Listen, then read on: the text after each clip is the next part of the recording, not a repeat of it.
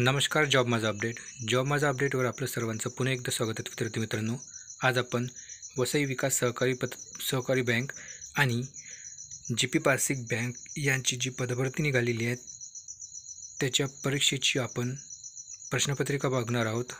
याआधी आपण सिलेबसबद्दल चर्चा केलेली आहे, ज्यामध्ये 120 प्रश्न 100 मार्काला येतात, ज्यात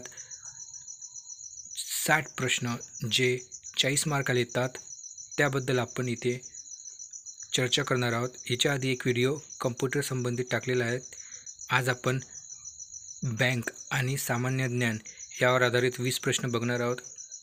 एक्झाममध्ये 20 प्रश्न इंग्रजी 10 मार्क, 20 प्रश्न कम्प्युटर 10 मार्क आणि 20 प्रश्न बँकिंग व सामान्य ज्ञान 20 मार्क असा एक 40 मार्काचं सेक्शन येणार आहेत, ज्यामध्ये आपल्याला स्कोअर करणे महत्त्वाचं असेल.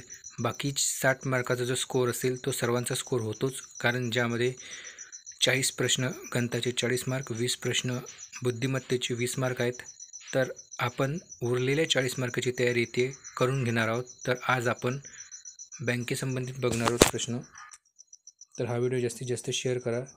व्हिडिओ येण्यासाठी वेळ झाला त्याबद्दल क्षमस्व. तर चला व्हिडिओला सुरुवात करूया. पहिला प्रश्न बघा, इम्पेरियल बँकेची स्थापना कधी करण्यात आली? तर याचं बरोबर उत्तर असेल 1921. तर बघा विद्यार्थी मित्रांनो, इम्पेरियल बँक म्हणजे कोणती बँक? तर जी बँक आपली आता SBI या नावाने ओळखली जाते तीच बँक इम्पेरियल बँक होती आधी 1921 साली. तर इम्पेरियल बँकेची स्थापना कशी झाली? तर इम्पेरियल बँकेची स्थापना 3 महत्त्वाच्या ज्या बँक होत्या, bank of Calcutta, bank of Bombay आणि बँक ऑफ मद्रास, याचं एकत्रीकरण करून जी बँक तयार करण्यात आली 1921ला, ती इम्पेरियल बँक आहेत. आणि त्यानंतर 1955 या साली इम्पेरियल बँकेचं रूपांतर SBIमध्ये करण्यात आलं होतं. हे सुद्धा लक्षात असू द्या. त्यानंतर बघा प्रश्न क्रमांक 2, अग्रणी बँक योजनेमध्ये बँकांचा क्षेत्रीय दृष्टिकोन कोणाचा? तर अग्रणी बँक योजना जी होती, ज्याला आपण लीड बँक योजना असं म्हटलं जाते, लीड बँक स्कीम, यामध्ये क्षेत्रीय दृष्टिकोन कोणाचा होता? तर याचं बरोबर उत्तर असेल धनंजयराव गाडगीळ यांचा. त्यानंतर बघा प्रश्न क्रमांक 3, प्रादेशिक ग्रामीण बँक RRB कायदा कोणत्या वर्षी पारित झाला? तर प्रादेशिक ग्रामीण बँक कायदा कधी पारित झाला? तर याचं बरोबर उत्तर असेल 1976. तर प्रादेशिक ग्रामीण बँक कायदा हा कधीचा आहे याबद्दल प्रश्न येऊ शकतो, तर याचं उत्तर असेल 1976. त्यानंतरचा प्रश्न बघा, महत्त्वाचा प्रश्न. यातील जे प्रश्न असतील विद्यार्थी मित्रांनो, ते परीक्षेच्या दृष्टिकोनातून अत्यंत महत्त्वपूर्ण असतील, जे सहकारी बँक पदभरतीमध्ये नेहमी विचारण्यात येतात. तर प्रश्न बघा, कर्ज वसुली न्यायाधिकरण म्हणजेच डेट रिकव्हरी ट्रिब्युनलची स्थापना कोणत्या वर्षी झाली? प्रश्न पुन्हा एकदा ऐका. कर्ज वसुली न्यायाधिकरण म्हणजेच डेट रिकव्हरी ट्रिब्युनलची स्थापना कोणत्या वर्षी करण्यात आली? तर याचं बरोबर उत्तर असेल 1993 या साली. 1993 या वर्षी डेट रिकव्हरी ट्रिब्युनल म्हणजेच DRT, ज्याला आपण शॉर्ट फॉर्ममध्ये DRT म्हणतो, ची स्थापना 1993 साली करण्यात आली. त्यानंतरचा प्रश्न बघा, प्रश्न क्रमांक 5, सारफासी ॲक्ट कोणत्या वर्षी पारित झाला? तर याचं बरोबर उत्तर असेल 2002 या साली. सारफासी ॲक्ट 2002 या साली पारित झाला. त्यानंतर बघा प्रश्न, इम्पेरियल बँकेचे SBIमध्ये रूपांतरण कोणत्या समितीच्या शिफारशीवरून करण्यात आले? तर याचं बरोबर उत्तर असेल HD गोरवाल समिती. तर HD गोरवाल समितीच्या शिफारशीवरून SBIमध्ये म्हणजे इम्पेरियल बँकेचं रूपांतरण SBIमध्ये करण्याची शिफारस कोणी केली होती? तर HD गोरवाल समितीने. त्यानंतरचा प्रश्न बघा, प्रश्न क्रमांक 7, मराठी भाषेचा 2024चा साहित्य अकादमी कोणाला मिळाला?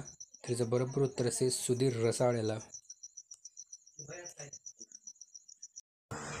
प्रश्न क्रमांक 8, सिटवे बंदराचे ऑपरेशन नियंत्रण भारताकडे आले आहेत. हे बंदर कोणत्या देशातील आहेत? तर याचं बरोबर उत्तर असेल म्यानमार. त्यानंतर प्रश्न क्रमांक 9 बघा, WTOची 13वी मंत्रिस्तरीय बैठक कोणत्या ठिकाणी पार पडली आहे? प्रश्न पुन्हा एकदा ऐका. WTOची 13वी मंत्रिस्तरीय बैठक कोणत्या ठिकाणी पार पडली आहेत, म्हणजेच वर्ल्ड ट्रेड ऑर्गनायझेशनची. तर याचं बरोबर उत्तर असेल अबुधाबी येथे WTOची 13वी मंत्रिस्तरीय बैठक पार पडली आहे. त्यानंतरचा बघा प्रश्न, महाराष्ट्र राज्यात एकूण जास्तीत जास्त किती मंत्री नेमले जाऊ शकतात. म्हणजेच मंत्री म्हणजे प्रश्न असा आहे की महाराष्ट्र राज्यामध्ये जे मंत्रिमंडळ असते त्या मंत्रिमंडळात एकूण किती मंत्री नेमले जाऊ शकतात असा हा प्रश्न आहे.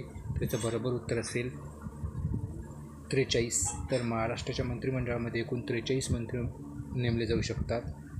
त्यानंतर बघा प्रश्न क्रमांक 11, महाराष्ट्रात लिंग गुणोत्तर कोणत्या जिल्ह्यात सर्वात कमी आहे. म्हणजेच 2011च्या जनगणनेनुसार महाराष्ट्रातनी कोणत्या जिल्ह्याचं लिंग गुणोत्तर सर्वात कमी आहे. तर याचं बरोबर उत्तर असेल बीड या जिल्ह्याचं लिंग गुणोत्तर हे सर्वात कमी आहे. तर सर्वात जास्त लिंग गुणोत्तर कोण्या जिल्ह्याचं आहे ते तुम्ही मला कमेंट बॉक्समध्ये कळवा. त्यानंतर बघा प्रश्न क्रमांक 12वा, किडनी स्टोन कोणत्या पदार्थामुळे होतो. तर याचं बरोबर उत्तर असेल कॅल्शियम ऑक्झिलेट या घटकामुळे, या पदार्थामुळे किडनी स्टोन हा रोग होतो. त्यानंतर बघा प्रश्न क्रमांक 13, भारताचा राष्ट्रीय खेळ कोणता आहे. तर याचं बरोबर उत्तर असेल हॉकी हा. त्यानंतर बघा प्रश्न क्रमांक 14, डेंग्यूचा आजार डासाच्या कोणत्या प्रजातीमुळे होतो. तर डेंग्यूचा जो आजार आहे ते डासाच्या कोणत्या प्रजातीमुळे होतो. तर याचं बरोबर उत्तर काय असेल तर एडिस इजिप्ती या डासामुळे डेंग्यू हा आजार होतो. त्यानंतर बघा प्रश्न क्रमांक 15, बेसेल 2 नुसार बँक व्यवसायाचा तिसरा आधारस्तंभ म्हणून कोणाला ओळखलं जाते. प्रश्न पुन्हा एकदा ऐका, हा बँकेसंबंधित प्रश्न आहे. बेसेल 2 या करारानुसार बँक व्यवसायाचा तिसरा आधारस्तंभ म्हणजे थर्ड पिलर म्हणून कोणाला ओळखलं जाते. तर याचं बरोबर उत्तर असेल बाजारपेठीय शिस्त हा बेसेल 2 या करारानुसार तिसरा आधारस्तंभ म्हणून ओळखला जाते. त्यानंतर बघा प्रश्न क्रमांक 16, नाफेडचे मुख्यालय म्हणजे हेडक्वार्टर कुठे आहे. तर याचं बरोबर उत्तर असेल नवी मुंबई या ठिकाणी आहेत नाफेड याचं हेडक्वार्टर. त्यानंतर बघा प्रश्न क्रमांक 17, भारतीय संविधानातील कोणत्या कलमात अखिल भारतीय सेवा निर्माण करण्याची तरतूद करण्यात आली आहे. प्रश्न पुन्हा एकदा ऐका, भारतीय संविधानातील कोणत्या कलमामध्ये अखिल भारतीय सेवा निर्माण करण्याची तरतूद करण्यात आली आहे. तर याचं बरोबर उत्तर असेल कलम 312 यामध्ये. त्यानंतर बघा प्रश्न क्रमांक 18, पंचायत समितीकरता प्रत्यक्ष निवडणुकीचे म्हणजेच डायरेक्ट इलेक्शनचे तत्त्व कोणत्या समितीने सुचविले. प्रश्न पुन्हा एकदा ऐका, पंचायत समितीकरता प्रत्यक्ष निवडणुकीचे म्हणजे डायरेक्ट इलेक्शनचे तत्त्व कोणत्या समितीने सुचविले. तर याचं बरोबर उत्तर असेल ल ना बोगीरवार समिती जे आहेत यांनी सुचवले होते. त्यानंतर बघा RTGSचे पूर्ण रूप काय आहेत. तर त्याचं बरोबर उत्तर असेल रिअल टाईम ग्रॉस सेटलमेंट. त्यानंतर बघा प्रश्न क्रमांक 20वा आणि शेवटचा, 1774 पहिला जनरल पोस्ट ऑफिसची स्थापना कोठे करण्यात आली. 1774 पहिल्या जनरल पोस्ट ऑफिसची स्थापना कुठे करण्यात आली. तर याचं बरोबर उत्तर असेल कलकत्ता या ठिकाणी करण्यात आली होती. तर अशा प्रकारचे हे प्रश्न आहेत जे आगामी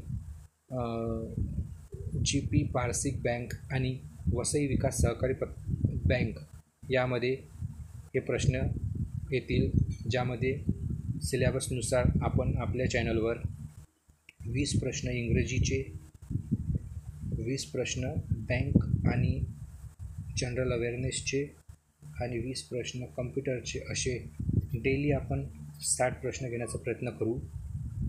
तर आजपासून आपण ते प्रयत्न करू. आज आपण बँकेचे प्रश्न टाकण्यात आले आहेत आणि उद्याला आपण इंग्रजी आणि कम्प्युटर या विषयावर प्रश्न येईल. तर हा व्हिडिओ जास्तीत जास्त लोकांपर्यंत शेअर करा आणि जास्तीत जास्त लाईक करा. धन्यवाद. जय हिंद, जय महाराष्ट्र.